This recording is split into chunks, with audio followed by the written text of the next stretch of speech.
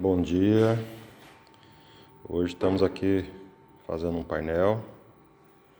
Esse painel aqui ele é mais uma moldura, todo espelhado, né? O fundo dele é todo espelhado. E, para dizer a verdade, eu acho que vai virar uma obra de arte, quer ver? Vou mostrar para vocês aqui a ideia.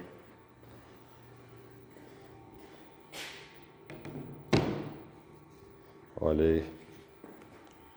A gente vai colocar essa obra de arte em cima do espelho e vamos juntar as peças. Quer ver? Tem mais esse desenho aqui.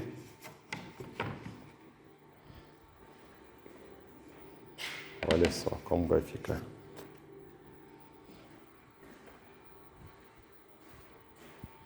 E vamos colocar mais uma parte aqui também.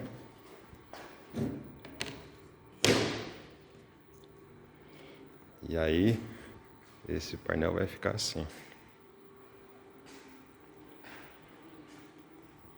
E aí, o que vocês acharam? Comente aí.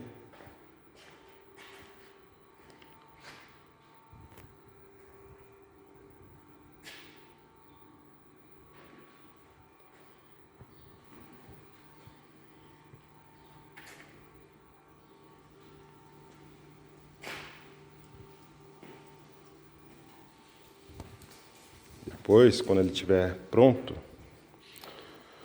na parede lá a gente vai colocar uma iluminação aqui por baixo aqui.